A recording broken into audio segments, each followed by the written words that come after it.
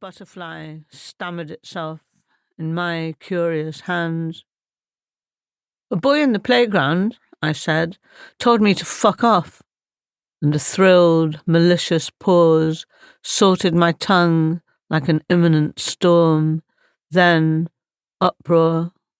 "I'm sorry, Mrs. Barr, Mrs. Hunt, Mrs. Emery, sorry, Mrs. Rain." Yes, I can summon their names, my mother's mute shame, the taste of soap.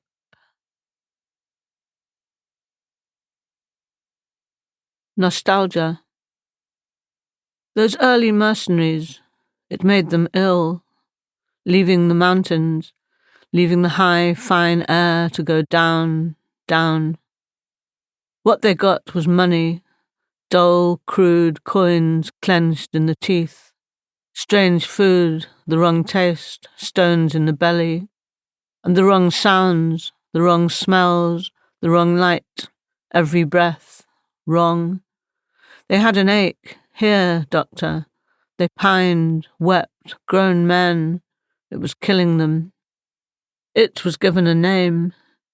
Hearing tell of it, there were those who stayed put, fearful of a sweet pain in the heart, of how it hurt in that heavier air to hear the music of home, the sad pipes, summoning in the dwindling light of the plains a particular place, where maybe you met a girl or searched for a yellow ball in long grass, found it just as your mother called you in. But the word was out. Some would never fall in love had they not heard of love. So the priest stood at the stile with his head in his hands, crying at the workings of memory through the colour of leaves. And the school teacher opened a book to the scent of her youth, too late. It was spring when one returned, with his life in a sack on his back, to find the same street, with the same sign on the inn, the same bell chiming the hour on the clock, and everything changed. Stafford afternoons. Only there, the afternoons could suddenly pause, and when I looked up from lacing my shoe, a long road held no one, the gardens were empty, an ice cream van chimed and dwindled away. On the motorway bridge, I waved at windscreens, oddly hurt by the blurred waves back, the speed. So I let a horse in the noisy field sponge at my palm and invented, in colour, a vivid lie for us both. In a cul-de-sac, a strange boy threw a stone. I crawled through a hedge into long grass at the edge of a small wood, lonely and thrilled.